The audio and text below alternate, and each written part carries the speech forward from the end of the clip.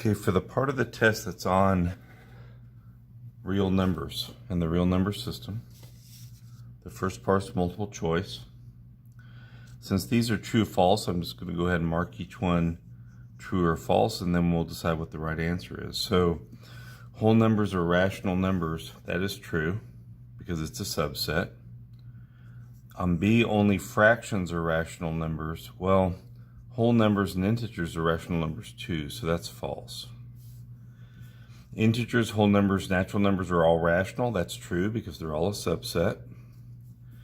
And last, D, repeating decimals and terminating decimals are rational numbers. That is true. That's the definition of a rational number. And so B is the correct choice here. Number 2, which statement is true? Well, all integers are rational numbers. That is true.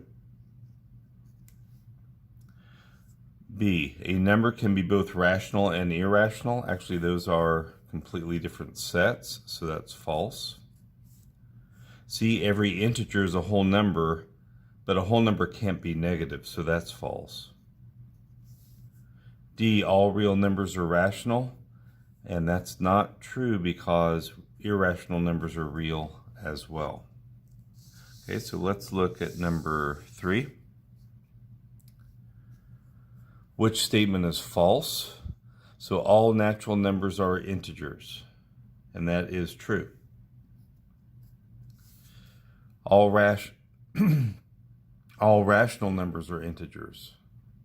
Well, that's false because you have decimals involved, and some that doesn't fit into the integer set.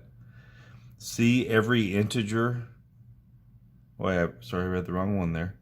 Irrational numbers contain all decimals.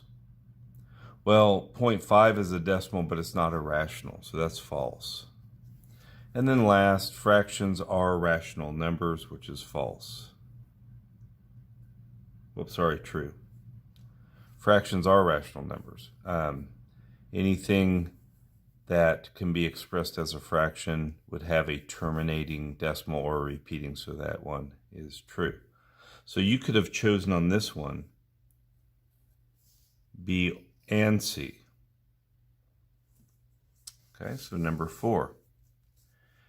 Which set contains no irrational numbers? So I'm going to go around and I'm going to circle every irrational number here. So if it's irrational, I'm going to circle it, and then I'm going to choose the one that fits best. Well, pi is irrational, so we could cross that out.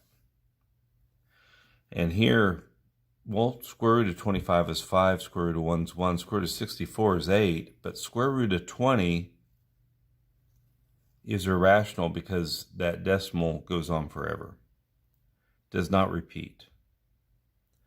Here, square root of 25 is 5, and then we have a fraction and a terminating decimal and a negative integer. So there's nothing here, so this is a good answer. And then last here, you got a fraction, so that's rational. You have a whole number, 0. You have 6, square root of 36, and 3.45. So these two can each get points here.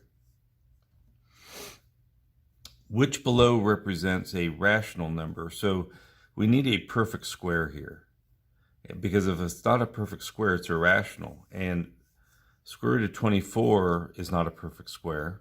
Neither is square root of 20, but square root of 25 gives us 5. So I can go ahead and circle that. And square root of 37 is also irrational. Okay. Number 6, which number is an irrational number? Well, 5.499 terminates, so that's rational. So that's a rational number. Square root of 17, oh, that's 4 point something that just goes on forever. So that can be one of our choices. That's irrational. The negative square root of 9 equals negative 3. So that's an integer. And negative 10 is also an integer. So B is our answer here. And then last, which number in the list is not an integer? So 12 over 4 equals 3. That is an integer. Negative 4 squared is negative 16. That's an integer. Square root of 25 equals 5. And that is also an integer. But when we get this decimal here, decimals aren't integers. So we're going to circle D. On the back side of this paper, we have these choices here. And this says, basically choose the number that belongs to the set described. And this one says negative integer. So if it's not negative, I'm crossing it out. And now we've got to compare these two. Well, fractions are not integers, so I'm going to circle H. An irrational number, that means that the decimal doesn't terminate, it goes on forever. Well, this decimal terminates, so that's not 1. This decimal repeats, so that is not 1. This actually equals 1/3, which is rational. Square root of 7 is 2 point something that just goes on forever. So we're going to go ahead and circle that. Now, whole numbers, if you remember, are zeros and all the counting numbers like 1, 2, 3, 4. So the fraction doesn't fit into that. And this one is negative because you end up getting negative 4. And there are no negatives in the whole number set. So we're going to go ahead and choose 0. A rational number. Well, rational means it could be expressed as a fraction. This one looks pretty good, so I'm going to move on. Now, pi goes on forever, doesn't repeat. So that's irrational.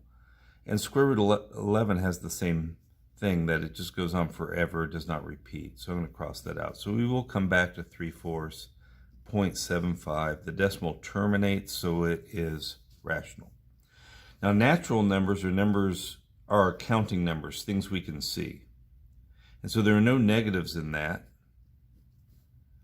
And actually there are no zeros in it, because 0 is in the whole number set, but not in the natural number set. So we're going to go ahead and choose 12.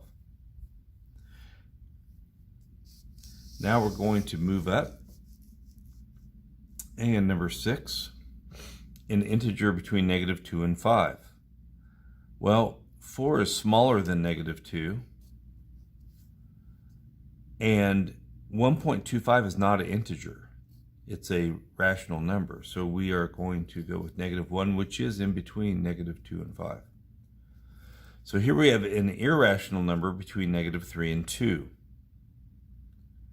Well, negative pi would be negative 3.14, repeat, just going on and on and on. But that is smaller than negative 3. It's not in between these two. If we look over here, 1/6 repeating is rational. So it doesn't fit the irrational. So I'm going to cross that one out. Negative square root of 2 is negative 1.4 something. And that is between negative 3 and 2. So I'm going to go ahead and choose that. Now this is positive rational number. That's negative, so I'm crossing that out. Now, rational means that it can be expressed in a repeating decimal or a terminating decimal, which looks like this. And we know pi is irrational, so I'll choose this. Number 9, an integer between negative 10 and negative 6.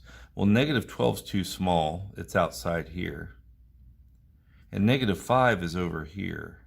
But 7 does go in between this negative 6 and negative 10, so I'll choose that. And you can just think of a number line when you're looking at these, where you have the negative 10, negative 6, and if you just put the ones in between, you got negative 9, negative 8, negative 7, so it's right here. A natural number greater than 9. Well, greater than 9 means it has to be positive, and this is a negative number, so I'm just going to cross that out. Square root of 16 is negative 4, but that's smaller than 9, so I'm going to cross that out. And the square root of 144 equals 12, and 12 is greater than 9, so we're going to go ahead and choose that one. An irrational number less than negative 5. So irrational means that it goes on forever, doesn't repeat, but this is negative 3. And that's not irrational, so I'm just going to cross that out. This is negative pi, so it's negative 3.14. But that's greater than negative 5.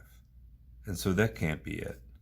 This is a negative 7. We have our little dot, dot, dot here. There's no pattern. It's irrational, so I'm going to choose this. And last, we have a whole number between negative 4 and 7. 1/16 is not a whole number, so I'm going to cross that out.